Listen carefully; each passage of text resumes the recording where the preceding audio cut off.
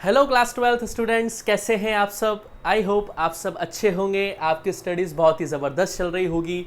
मेरा नाम है इंजमाम खान। स्वागत करता हूं आपका हमारे शानदार यूट्यूब प्लेटफॉर्म जिसका नाम है FMI करियर इंस्टीट्यूट। जैसा कि बच्चों आपको पता है कि क्लास 12th बिजनेस स्टडीज़ का chapter number 1 nature and significance of management हमने स्टार्ट कर दिया था। और लास्ट लेक्चर में हमने बात करी थी ऑब्जेक्टिव्स ऑफ मैनेजमेंट के बारे में कि आखिर मैनेजमेंट के क्या क्या ऑब्जेक्टिव्स होते हैं, जिसमें हमने ऑर्गेनाइजेशनल ऑब्जेक्टिव्स को बहुत अच्छी तरीके से समझने की कोशिश करी थी, जिसमें हमने सर्वाइवल के बारे में बात किया था, प्रॉफिट के बारे में बात किया था और ग्रोथ के बारे में बात करी थी। देन हमने बात करी थी सोशल ऑब्जेक्टिव्स के बारे में कि मैनेजमेंट के कुछ सामाजिक उद्देश्य भी होते हैं, क्योंकि जब हम रॉ मटेरियल सोसाइटी से लेके आ रहे हैं, लेबर सोसाइटी को लेके आ रहे हैं और अपने गुड्स एंड सर्विस को भी सोसाइटी को ही बेच रहे हैं, तो सोसाइटी को लेकर भी एक इंडिविजुअल के कुछ ऑब्जेक्टिव्स होते हैं, जिससे एक अच्छा क्वालिटी प्रोडक्ट देना है, एक रीजनेबल प्राइस पे हमें प्रोडक्ट सोसाइटी को देना है ताकि मेजॉरिटी ऑफ द सेक्शन जो है सोसाइटी का वो उसे कंज्यूम कर पाए। ये कुछ हमने सोशल ऑब्जेक्टिव्स पढ़े थे। देन उसके बाद हमने बात करी थी पर्सनल ऑब्जेक्टिव्स के बारे में, जिन्हें हम इंडिविजुअल ऑब्जेक्टिव्स या ह्यूमन ऑब्जेक्टिव्स के नाम से भी जानते हैं, कि एक एम्प्लॉय जो होते हैं कंपनी के, वो एक इंपॉर्टेंट असेट होते हैं किसी भी कंपनी के। अगर वो मोटिवेटेड रहेंगे तभी जाके वो अपनी 100% इफेक्टिवनेस और एफिशिएंसी के साथ काम कर पाएंगे और कंपनी अपने गोल्स को अचीव कर पाएगी। तो इस तरीके से हमने डिफरेंट ऑब्जेक्टिव्स को लास्ट लेक्चर में पढ़ने की कोशिश करी थी।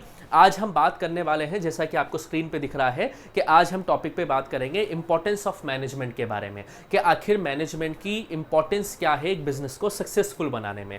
एक बात आपको यहाँ पे ध्यान रखनी है कि अगर एक बिजनेस ग्रोथ हासिल करता है या सक्सेस होता है तो उसके पीछे का एक इंपॉर्टेंट रीज़न होता है कि उस कंपनी के अंदर मैनेजमेंट अच्छी तरीके से परफॉर्म किया जा रहा था।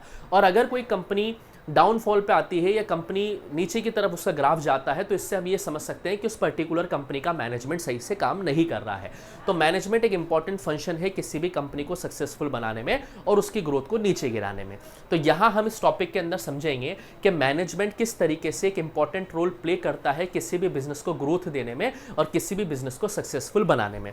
जो मैनेजमेंट के फंक्शंस होते हैं, जो हमने बात करी थी, planning, organizing, staffing, directing and controlling, इन फंक्शंस को अगर सही तरीके से कोई कंपनी या कोई मैनेजर अपने ऑर्गेनाइजेशन के अंदर इंप्लीमेंट करता है और बहुत ही अच्छी तरीके से उसके ऊपर काम करता है, तो जाहिर सी बात है वो बिजनेस ग्रो करेगा ही करेगा। और कहीं ना कहीं अगर हमने मैनेजमेंट सही नहीं किया तो ओवरलैपिंग होगा रिसोर्सेज का वेस्ट होगा, टाइम ज़्यादा लगेगा, इफेक्टिवनेस कहीं ना कहीं पीछे छूट जाएगी, एफिशिएंसी नहीं आ पाएगी एम्प्लॉयज़ के अंदर, और टाइम और जो कॉस्ट है वो क्या हो जाएगी, हमारी वेस्ट हो जाएगी, जिसका रिजल्ट ये निकल के आएगा कि बिजनेस कहीं ना कहीं डाउनफॉल को फेस करेगा ही करेगा। तो आज के इस टॉपिक के अंदर इंपॉर्टेंस ऑफ मैनेजमेंट में हम ये समझेंगे कि मैनेजमेंट किस तरीके से एक इंपॉर्टेंट रोल प्ले करता है किसी बिजनेस को ग्रोथ देने में और किसी बिजनेस को सक्सेस हासिल करने में। तो फर्स्ट इंपॉर्टेंस आपको ध्यान रखनी है, नोट कीजिएगा मेरे साथ। Management helps in achieving group goals. हमने कैरेक्टरिस्टिक्स भी पढ़ा था बेटा कि मैनेजमेंट एक ऐसा फंक्शन है जो आइसोलेशन में परफॉर्म नहीं किया जा सकता। मतलब management is a group activity. अगर आपको याद हो तो हमने कैरेक्टरिस्टिक या हमने एक फीचर पढ़ा था कि मैनेजमेंट क्या होती है। मैनेजमेंट एक ग्रुप एक्टिविटी होती है, ये लोगों के जरिए मिलके किया जाता है, कोऑर्डिनेशन के साथ, कोऑपरेशन के साथ इसे किया जाता है। ये एक ऐसी एक्टिविटी है जिसे आप आइसोलेशन में या अकेले परफॉर्म नहीं कर सकते। जब कंपनी के सभी डिपार्टमेंट कंपनी के गोल को ध्यान में रखते हुए अपनी 100% इफेक्टिवनेस और एफिशिएंसी के साथ काम करेंगे, तभी जाके कंपनी अपने गोल्स को अचीव करेगी। और मैनेजमेंट हेल्प करता है सभी डिपार्टमेंट के एम्प्लॉयज़ को कि वो कंपनी के गोल के लिए काम करें। सर कैसे हेल्प करता है? जो मैनेजमेंट के फंक्शंस होते हैं, जैसे कि हमारा प्लानिंग है, ऑर्गेनाइजिंग है, उसको इस तरीके से इंप्लीमेंट करना है, उसको इस तरीके से सभी डिपार्टमेंट्स के बीच में हमें कोऑर्डिनेशन या कोऑपरेशन को सेट करना है कि कंपनी के सभी डिपार्टमेंट ग्रुप के साथ, यानी कि आइसोलेशन के साथ ना रहते हुए, साथ मिलते हुए एक कंपनी के गोल को अपना गोल मानते हुए काम करें, तभी जाके क्या हो सकता है बेटा, कंपनी अपने गोल को अचीव कर सकती है। तो यहाँ पे आपको ध्यान रखना है कि अगर हमें ऑर्गेनाइजेशन के गोल्स को अचीव करना है तो हमें ग्रुप में काम करना पड़ेगा, हमें हर एक इंडिविजुअल के ऑब्जेक्टिव्स को इंटीग्रेट करना पड़ेगा, एक करना पड़ेगा और उन्हें सेम डायरेक्शन के ऊपर काम करवाना पड़ेगा। जब हम चैप्टर नंबर 2 पढ़ेंगे प्रिंसिपल्स ऑफ मैनेजमेंट, तो उसमें एक हेनरी फ्यूल का प्रिंसिपल आता है, यूनिटी ऑफ डायरेक्शन, यानी कि सभी एम्प्लॉयज की दिशा एक होनी चाहिए। तो ग्रुप गोल यानी कि मैनेजमेंट किस किस तरीके से गोल्स को अचीव करने में मदद करता है? जब आप हर एक इंडिविजुअल के ऑब्जेक्टिव को इंटीग्रेट करते हैं, एक करते हैं, जोड़ते हैं और उन्हें सिंगल डायरेक्शन में यानी कि कंपनी के गोल के डायरेक्शन में काम करने के लिए उनको मोटिवेट करते हैं, तब जाके आप अपने गोल्स को अचीव कर पाते हैं, जिसे हम कहते हैं कि management helps in achieving group goals. तो याद रखना, ये एक ऐसा फंक्शन है जो आइसोलेशन में परफॉर्म नहीं किया जा सकता। हर एक इंडिविजुअल को अपने एफर्ट कंपनी के गोल के लिए डालने पड़ेंगे, तभी जाके कंपनी अपने गोल्स को अचीव कर पाएगी। क्लियर और नॉट? सेकंड समझिए, मैनेजमेंट इंक्रीजेस एफिशिएंसी। मैनेजमेंट क्या करता है? एम्प्लॉयज की एफिशिएंसी को बढ़ाता है। एफिशिएंसी हमने फर्स्ट लेक्चर में पढ़ा था, यहाँ पे हमें सी के ऊपर फोकस करना है। सी का मतलब यहाँ पे क्या है? कॉस्ट से है। कहने का मतलब क्या है कि जब मैनेजमेंट के सभी फंक्शंस, कौन कौन से फंक्शंस होते हैं? प्लानिंग है, ऑर्गेनाइजिंग है, स्टाफिंग है, डायरेक्टिंग है और कंट्रोलिंग है। जब इन मैनेजमेंट के सभी फंक्शंस को सही तरीके से मैनेजमेंट के अंदर या किसी ऑर्गेनाइजेशन के अंदर इंप्लीमेंट किया जाता है, तो मैनेजमेंट की क्या इंक्रीज होती है बेटा? मतलब सॉरी, कंपनी की क्या इंक्रीज होती है? एफिशिएंसी इंक्रीज होती है। एफिशिएंसी का मतलब ये होता है कि आप रिसोर्सेज का सस्टेनेबल यूज कर पाएंगे, रिसोर्सेज की ओवरलैपिंग बिल्कुल मिनिमम हो जाएगी और टाइम हमारा बचेगा और कॉस्ट हमारा बचेगा। जाहिर सी बात है, एक ऑर्गेनाइजेशन को अगर हमें सक्सेसफुल बनाना है तो हमें इफेक्टिव भी रहना है और एफिशिएंट भी रहना है। तो मैनेजमेंट हेल्प करता है ऑर्गेनाइजेशन की एफिशिएंसी को इंक्रीज करने में। और वो कब होती है इंक्रीज? जब आप मैनेजमेंट के सभी फंक्शंस को सही तरीके से इंप्लीमेंट करते हैं, ताकि रिसोर्सेज का वेस्टेज जो है वो मिनिमम आ पाए और कंपनी के जो एम्प्लॉयज हैं उनकी प्रोडक्टिविटी ज्यादा से ज्यादा इंक्रीज हो पाए। तो मैनेजमेंट यहाँ पे हेल्प करता है कंपनी के एम्प्लॉयज की या ऑर्गेनाइजेशन की एफिशिएंसी को इंक्रीज करने में, जिसके दो फायदे होते हैं। एक तो रिसोर्सेज का वेस्टेज मिनिमम हो जाएगा और साथ के साथ हर एक एम्प्लॉय की प्रोडक्टिविटी भी क्या होगी बच्चों? इंक्रीज होगी। तो यहाँ पे आपको ये चीज समझने वाली बात है कि मैनेजमेंट ऑर्गेनाइजेशन की एफिशिएंसी को इंक्रीज करने में भी क्या करता है? मदद करता है। थर्ड आपको ध्यान रखना है, मैनेजमेंट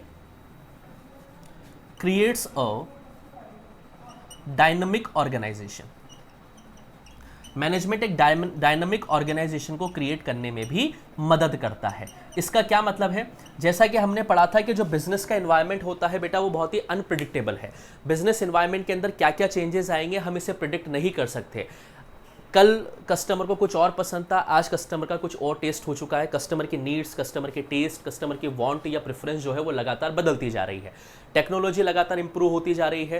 पहले ब्लैक एंड वाइट टीवी आया करती थी, फिर कलर टीवी आ गई है, फिर एलसीडी है, फिर एलईडी है। पहले छोटे से फ़ोन आया करते थे, फिर थोड़ा वो एफएम रेडियो वाले फ़ोन आने लग गए थे, फिर म्यूज़िक प्लेयर उसके अंदर आने लग गया था, फिर एंड्रॉइड फ़ोन आ गए थे, विंडोज़ फ़ोन आ गए थे।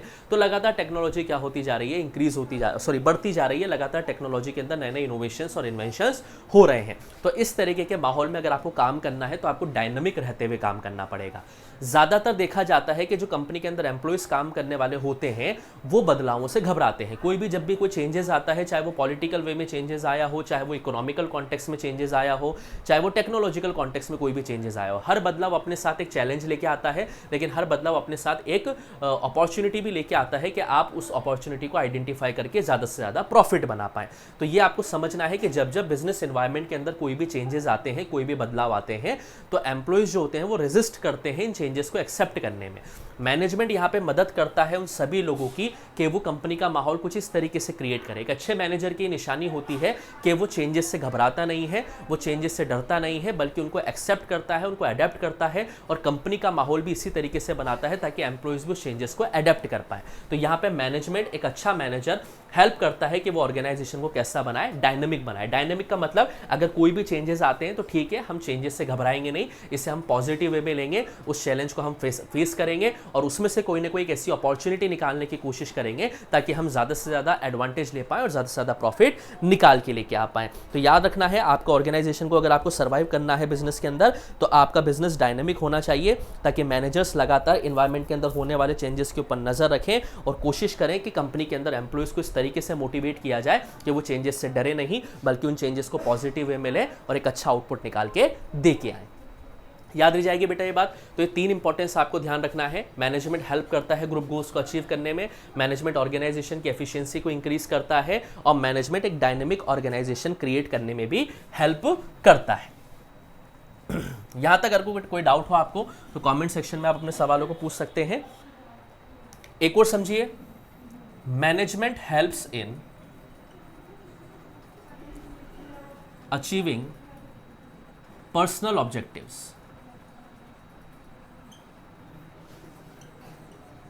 Management helps in achieving personal objectives.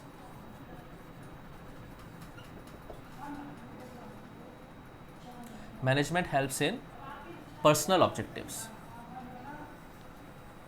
क्या है इसका मतलब? देखिए, यहाँ पे ये कहना चाह रहे हैं कि हर एक इंडिविजुअल जो भी कंपनी के अंदर काम कर रहा है उसके अपने पर्सनल ऑब्जेक्टिव्स होते हैं। ऑर्गेनाइजेशन के अंदर बहुत सारे एम्प्लॉयज काम कर रहे होते हैं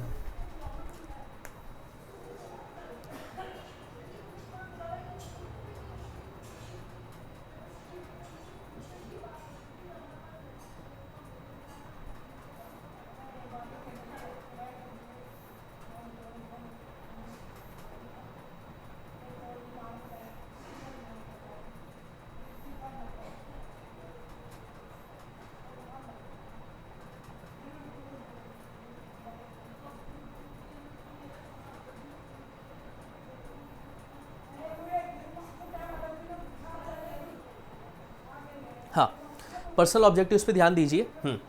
देखिए, कंपनी के अंदर जितने भी एम्प्लॉयज़ काम कर रहे होते हैं बेटा, उनके खुद के पर्सनल ऑब्जेक्टिव्स भी होते हैं। किसी को ईएमआई पे करनी है, किसी को नया मकान लेना है, किसी को नया घर, किसी को नई गाड़ी लेनी है, या किसी को कहीं बाहर घूमने जाना है। तो हर एक इंडिविजुअल के अपने पर्सनल ऑब्जेक्टिव्स भी होते हैं।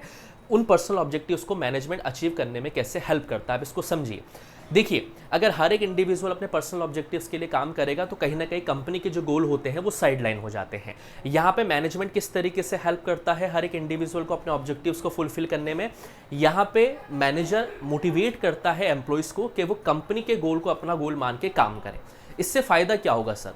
देखिए, कंपनी जब अपने गोल को अचीव करती है तो जाहिर सी बात है, मान के चलिए कंपनी ने कोई एक्स टारगेट बनाया था, एक पर्टिकुलर फाइनेंशियल ईयर में कंपनी ने एक अपना गोल सेट किया था, और जब कंपनी उस गोल को अचीव करती है तो जाहिर सी बात है वो कैश और काइंड में रिवॉर्ड्स देती है अपने एम्प्लॉयज़ को। तो जब वो रिवॉर्ड्स अपने एम्प्लॉयज़ को मिलते हैं तो इससे वो रिवॉर्ड से क्या होता है, उनके पर्सनल ऑब्जेक्टिव्स भी फुलफिल हो जाते हैं। किसी का डेजिग्नेशन इंक्रीज हो जाता है, किसी को प्रमोशन मिल जाता है, किसी को वर्ल्ड टूर मिल जाता है, किसी को एक अच्छी पोस्ट मिल जाती है जिसमें उसको अदर फैसिलिटीज़ भी मिलती है। तो जब एक इंडिविजुअल एम्प्लॉय अपने पर्सनल ऑब्जेक्टिव्स को ध्यान में सॉरी कंपनी के गोल को ध्यान में रखते हुए इफेक्टिव रहते हुए काम करता है तो उसके इंडिविजुअल अपने पर्सनल ऑब्जेक्टिव्स भी फुलफिल हो जाते हैं। एक अच्छे मैनेजर की रिस्पॉन्सिबिलिटी होती है कि वो अपने एम्प्लॉय की 100% प्रोडक्टिविटी को बाहर लेके आ पाए, ताकि कंपनी अपने गोल को अचीव कर पाए। और जब कंपनी अपने गोल को अचीव करेगी तो जाहिर सी बात है, कंपनी जब कैश और काइंड में रिवॉर्ड देती है अपने एम्प्लॉयज़ को तो उनके पर्सनल ऑब्जेक्टिव्स भी अपने आप क्या हो जाते हैं, फुलफिल हो जाते हैं। तो कंपनी के गोल के लिए आपको काम करना है, आपके इंडिविजुअल गोल अपने आप फुलफिल होते हुए चले जाएंगे। लेकिन अगर आप सिर्फ अपने पर्सनल ऑब्जेक्टिव को फुलफिल करने के लिए वहाँ पे बैठे हुए हैं तो कंपनी के गोल कहीं ना कहीं साइडलाइन हो जाते हैं, और कंपनी अगर अपने गोल को अचीव नहीं कर पाएगी तो आगे जाके आपको रिवॉर्ड्स नहीं मिलेंगे, जिससे क्या होता है, टर्नओवर रेशियो इंक्रीज हो जाता है। तो एक अच्छा मैनेजमेंट कोशिश करता है कि हर एक इंडिविजुअल के अपने पर्सनल ऑब्जेक्टिव्स भी क्या हो बेटा, पूरे हो। लास्ट आपको ध्यान रखना है, मैनेजमेंट हेल्प्स इन